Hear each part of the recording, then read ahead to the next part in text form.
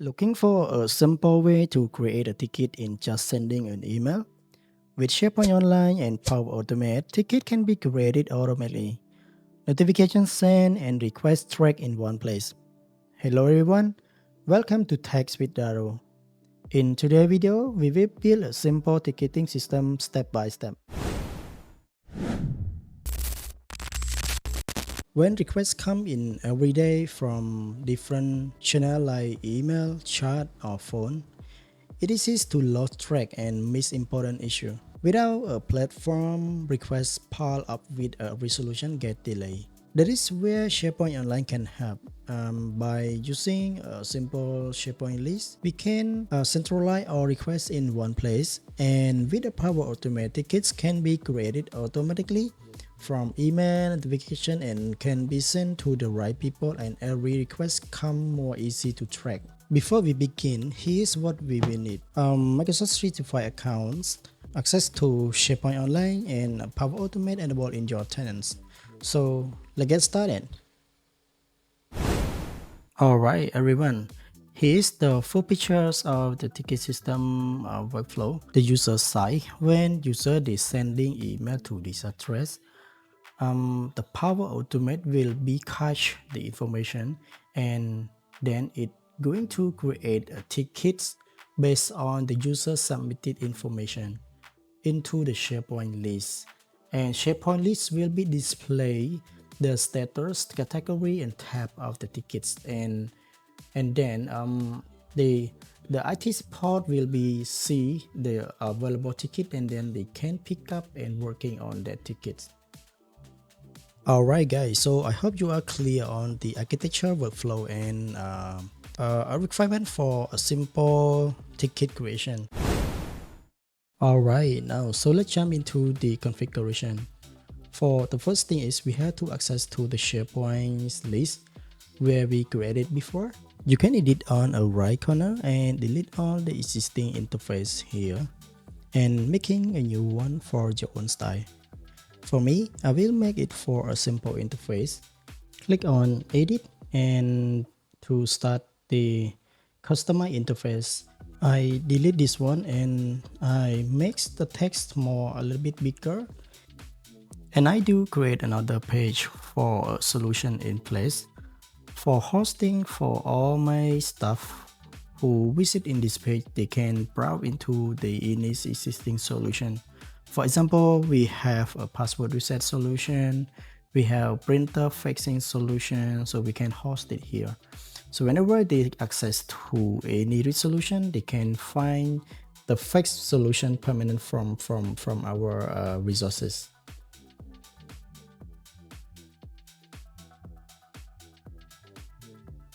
To be create another page for a resolution, we can browse into the new pause, and you can click to any template, or we can click a blank template and we can click create it. So inside the page we can detail about our resolution here, and a title we also can put any title. For example, we can put any printer issue resolution, AD user password reset resolution, or something else, so we can drop our resolution here. So once we completed resolution creation, we can save and we can skip this step. And another thing is we back to the home page, and we can populate the resolution inside the right hand side of our portal. So the next step is we have to add another column for a title or a ticket, description for a more detail, and a priority of the ticket, a status. So we have to create one by one. This very detailed I have been addressed inside the notepad, so it's more easy and fully understand for the full the tab or the category and the SWI request or incident detail. We also can add another column for specific another kind of the status for the tickets. For example, we can add a new status in progress or a completed status for the ticket. As well as we also can do change to the color to match to the status as well. For example, you can use for a red color for a used ticket or a green color for a completed status. This is another column where we created for type of the request. For example, we created for the incident, another one is for the survey request, and another one is for a problem. So this is kind of type of the request. So when user the request, so this is the column where we classify the ticket. For mine, I set it one is for incident, second is for survey request, and third one is for the problem. And I also use a different color as well.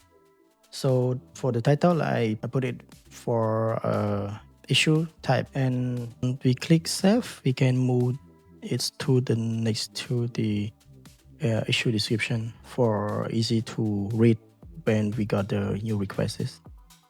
To validate what we have been created is correct, so we can modify the existing item we created and validate inside the item property and ensure that what we have been modified is correct based on our expectation. And one another important part is about the column ordering. So if you want to move or if you want to open the first home page and want to make it default, you can modify the column ordering. Alright, so now we are done for the column adding, and the next step is we can modify the columns. If you want to modify, you just right click on the columns and modify the text, and then you can click save. This is the column modification. Right, this is our final interface design. As you can see, the dashboard is now fully set up. It's display key detail based on the technical data, category, and guide document on the right panel. This layout helps you quickly find everything you need in one place, making navigation much easier and more intuitive. We will create a new email account that will be used to handle ticket creation from any user in the organization. To do this, sign in into the Office 365 portal and create a new account. Enter the user details, set a secure password, and assign the appropriate licenses. Once the account setup completed, log in with the new account credential and make sure to configure multi-factor authentication for adding a second layer security.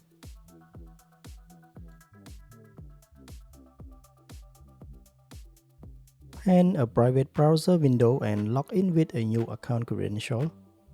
This allows you to start initial setup process and configure multi-factor authentication or MFA. As you can see, this is a full process of setting up multi-factor authentication for a new account.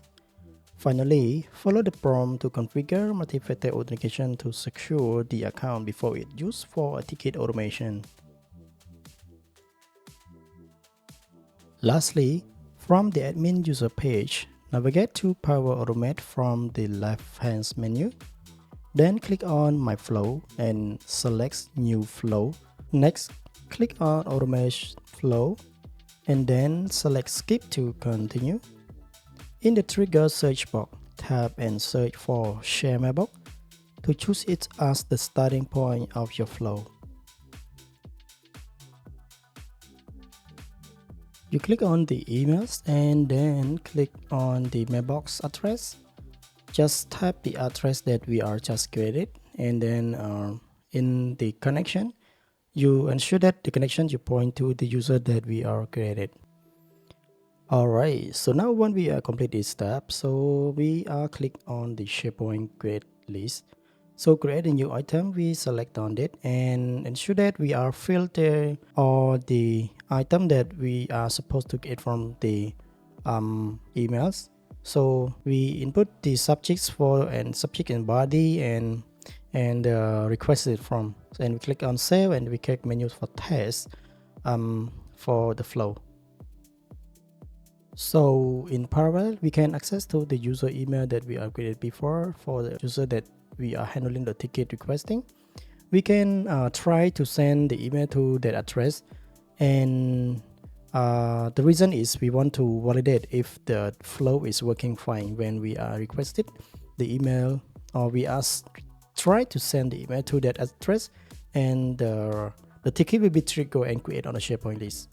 So this is how it's work when user submit a new request.